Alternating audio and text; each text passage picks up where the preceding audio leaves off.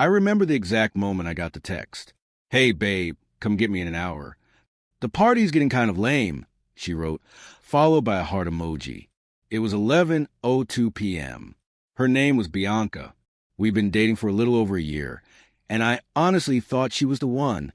The kind of girl who made you believe in stupid things like fate and timing.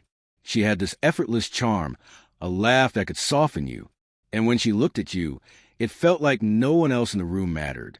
I thought I knew her. I really did.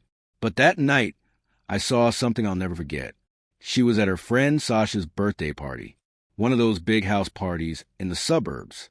Music loud enough to feel in your chest, lights dimmed low, people scattered in every room. She'd been texting me throughout the evening, sending the occasional photo or voice note, all innocent enough. I stayed home, watched a bit of Netflix, and waited, but something felt off. It wasn't a specific thing she said. It was the way she said it, or maybe what she didn't say. Her tone had changed by the third message. Less sweet, a little colder. Maybe it was paranoia, or maybe it was intuition, but I had that sinking feeling. That gut twist when something just doesn't sit right. So I got in my car and drove to Sasha's house almost an hour early. I parked a bit down the street.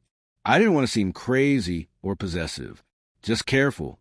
I was still telling myself it was probably nothing, that she'd just be tipsy, sitting with her friends, waiting for me to come save her from some boring conversations.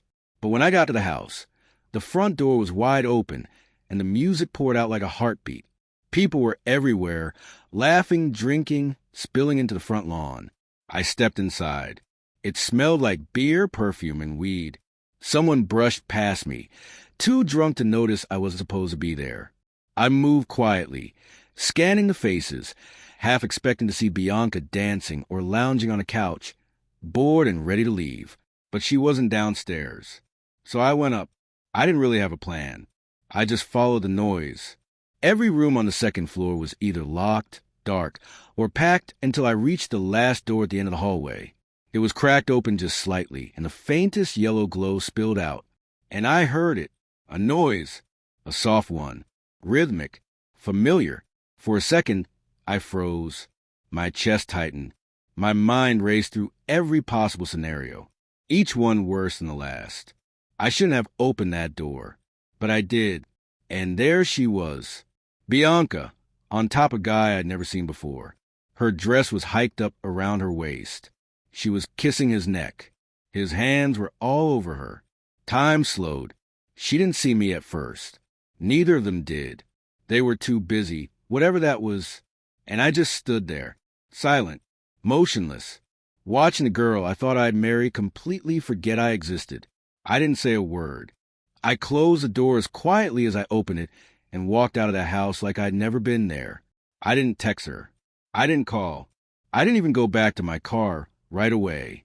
I just stood on the sidewalk staring into nothing, trying to understand what I had just witnessed. Everything made sense in hindsight. The weird texts, the tone shifts, the late nights with just the girls, the sudden mood swings. I wasn't angry.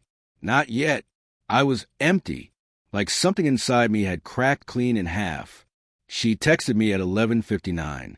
"Where are you? Can you come now?" I never replied. The next morning, she called 3 times, left a voicemail asking if everything was okay. I blocked her number. She messaged me from a friend's phone a few hours later, said she was worried, asked if I was mad at her. I blocked that one, too.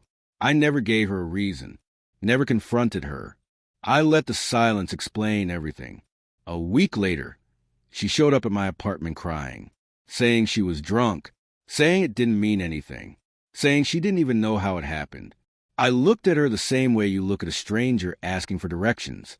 No hate, no love, just nothing. Because sometimes the worst kind of betrayal isn't loud. It's quiet. It's walking into a room and realizing the person you loved never really loved you back. I didn't need closure.